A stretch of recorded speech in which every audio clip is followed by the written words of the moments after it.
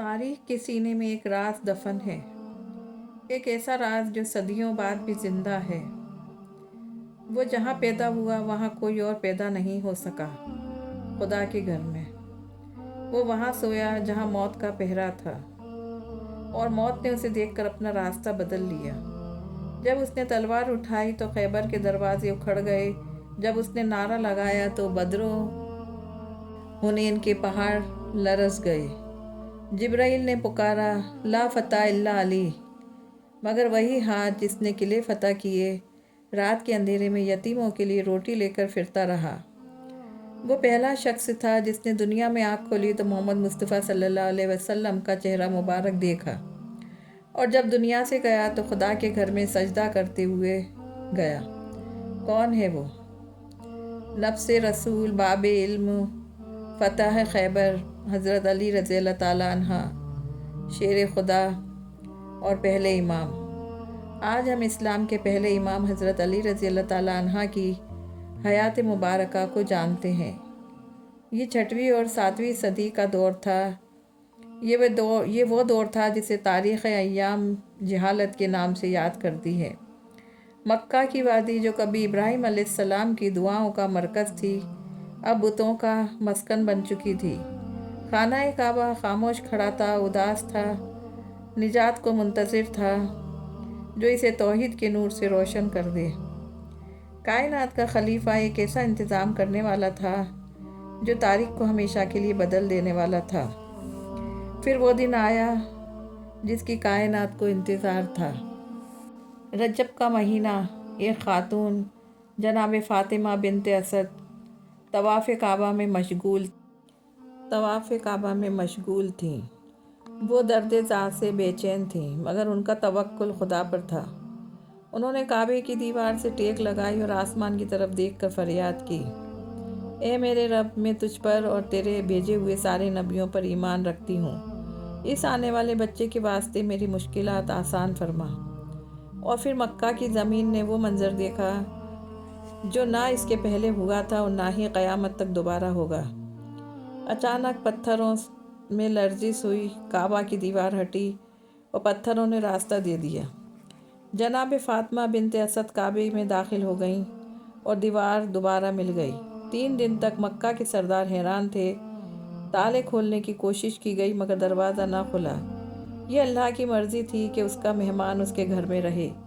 3 دن بعد جب وہ شگاف سے باہر آئیں تو ان کی گود میں ایک بچہ تھا جس کا نام خود اللہ کے حکم سے حضرت علی رکھا گیا۔ حضرت علی رضی اللہ تعالیٰ عنہ نے جب سب سے پہلے دنیا میں آنکھ کھولی تو سب سے پہلا چہرہ جو دیکھا وہ حضرت محمد مصطفیٰ صلی اللہ علیہ وسلم کا چہرہ تھا۔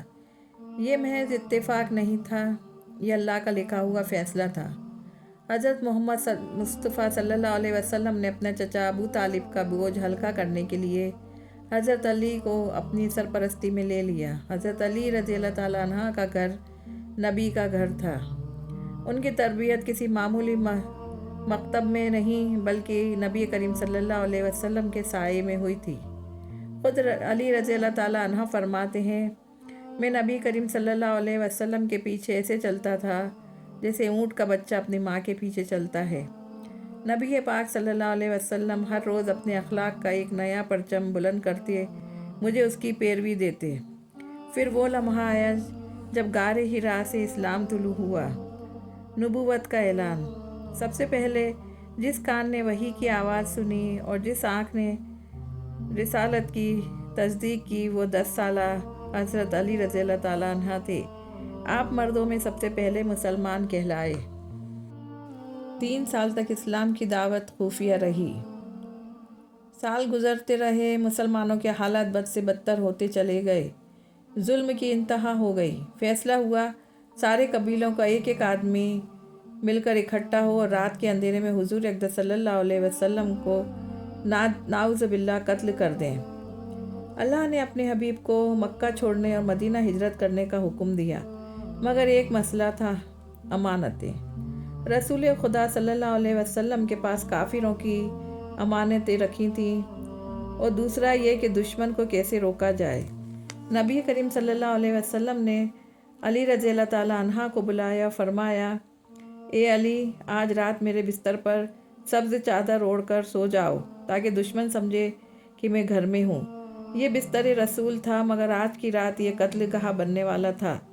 ذرا سوچیں، ایک نوجوان جسے معلوم ہے کہ باہر 40 ننگی تلواریں اس کے خون کی پیاسی ہیں، وہ کس سکون سے سو رہا ہے۔ حضرت علی رضی اللہ تعالیٰ عنہ نے موت کی آنکھوں میں آنکھیں ڈال کر وہ نیند پوری کی جس پر کائنات کے فرشتے بھی رشک کرتے تھے۔ صبح ہوئی، حملہ وار گھر میں داخل ہوئے، تلواریں میان سے نکلی، انہوں نے چادر کھولی اور ٹھٹک کر رک گئے۔ وہاں رسول خدا صلی اللہ علیہ وسلم نہیں بلکہ شیر خدا موجود تھے۔ حضرت علی رضی اللہ تعالیٰ عنہ کا جلال دیکھ کر دشمنوں کے حوصلے پست ہو گئے۔ اللہ کو علی کی یہ ادا اتنی پسند آئی کہ قرآن میں سورہ بقرہ کی آیت نازل فرمائی کہ لوگوں میں وہ بھی ہیں جو اللہ کی رضا خریدنے کے لیے اپنی جان بیچ دیں۔ ہجرت مکمل ہوئی، مدینہ منورہ اسلام کا پہلا مرکز بن گیا۔ یہاں ایک نئی ریاست رکھی جا رہی تھی۔ حضرت محمد مصطفیٰ صلی اللہ علیہ وسلم نے ایک ایسا کام کیا جو انسانی تاریخ میں پہلے کبھی نہیں ہوا۔ محاورات۔ رسول خدا نے مہاجرین اور انصار کو ایک دوسرے کا بھائی بنا دیا، ہر شخص کو اس کا جوڑی دار مل گیا۔ ابو بکر کو عمر کا بھائی، عثمان کو عبد الرحمن کا بھائی، سب کے رشتے طے ہو گئے، مگر ایک شخص اکیلا کھڑا تھا، حضرت علی رضی اللہ تعالیٰ عنہ۔ سب بھائی اپنے بھائیوں کے ساتھ جا رہے تھے، لیکن ان کا نام نہیں پکارا گیا۔ ان کی آنکھوں میں آنسو آ گئے، وہ نبی کے پاس آئے اور کہا، یا رسول اللہ، آپ نے سب کو بھائی بنا دیا مگر مجھے تنہا چھوڑ دیا۔ رحمت دو عالم مسکرائے اور انہوں نے سب کے سامنے حضرت علی رضی اللہ تعالیٰ عنہ کو اپنے سینے سے لگایا اور وہ تاریخی جملہ فرمایا جو آج بھی فضائے مدینہ میں گونج رہا ہے، اے علی، کیا تم اس پر راضی نہیں کہ تم میرے لیے ایسے ہو جیسے موسیٰ کے لیے ہارون تھے، مگر میرے بعد کوئی نبی نہیں؟ سنو، دنیا اور آخرت میں میرے بھائی ہو۔ یہ محض ایک خطاب نہیں تھا، یہ اس بات کا اعلان تھا۔ حضرت علی رضی اللہ تعالیٰ عنہ کا مقام صحابیت سے بھی بلند ہے، وہ نفس رسول ہیں، جہاں علی ایک فرمانبردار شاگرد اور بھائی کے روپ میں نظر آتے ہیں۔ مگر اب تاریخ کا برق پلٹنے والا ہے، مدینہ پر جنگ کے بادل منڈرا رہے ہیں اور اسلام کو اب دعاؤں کی ہی نہیں بلکہ ذوالفقار کی ضرورت ہے۔ ہجرت کے بعد مدینہ میں بمشکل 2 سال گزرے تھے کہ مکہ کے سرداروں کا غصہ شعلہ بن کر بھڑکا۔ وہ جانتے تھے کہ اگر اسلام مدینہ میں جڑ پکڑ گیا تو ان کا قدیم نظام ختم ہو جائے گا۔ 2 ہجری میں انہوں نے 1000 کا لشکر کا تیار کیا اور مدینہ پر حملہ کرنے نکل پڑے۔ مقابلے میں حضور صلی اللہ علیہ وسلم کے ساتھ صرف 313 جانصار تھے، نہ پاس سواریاں تھیں نہ پورے ہتھیار۔ بظاہر یہ جنگ نہیں تھی، خودکشی کے جیسی تھی۔ مقام بدر میں دونوں لشکر آمنے سامنے ہوئے۔ عرب کا دستور تھا کہ عام جنگ میں پہلے مبارزت 1 بائی 1 کا مقابلہ ہوتا تھا۔ کفار کی طرف سے ولید، عتبہ اور شیبہ نکلے اور پکارا، اے محمد، ہمارے مقابلے پر اپنے لوگوں کو بھیجو۔ رسول خدا صلی اللہ علیہ وسلم نے اپنے چچا حمزہ، عبیدہ اور سب سے آخر میں سب سے چھوٹے چچا زاد بھائی حضرت علی رضی اللہ تعالیٰ عنہ کو بھیجا۔ یہ حضرت علی کی زندگی کا پہلا بڑا موقع تھا۔ ان کی عمر بمشکل سے 25 سال تھی۔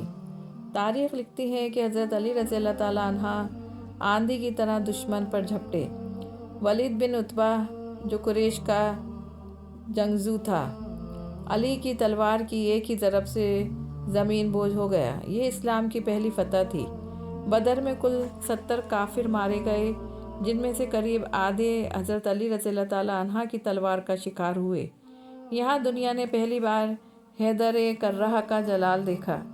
بدر کی شکست نے قریش کی کمر توڑ دی تھی۔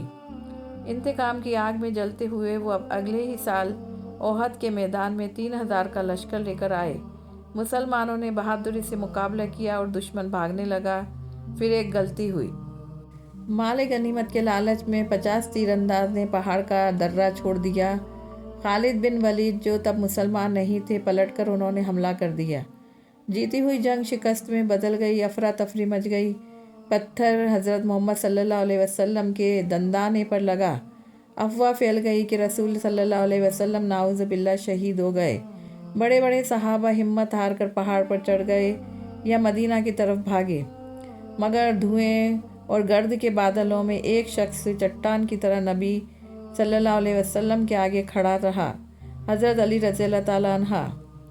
آپ کے جسم پر 90 سے زیادہ زخم آئے، مگر آپ نے رسول اللہ صلی اللہ علیہ وسلم کا ساتھ نہیں چھوڑا۔ آپ کبھی دائیں حملہ کرتے، کبھی بائیں، اور دشمن کو نبی کریم صلی اللہ علیہ وسلم کے قریب نہیں آنے دیا۔ اسی دوران آسمان سے جبرائیل امین نازل ہوئے اور رسول اللہ سے کہا، یا رسول اللہ۔ فضا میں ایک گیبی آواز گونجی جسے دوست اور دشمن دونوں نے سنا، لا فتح الا علی، لا سیف الا ذوالفقار۔ باقی کا واقعہ پارٹ 2 میں۔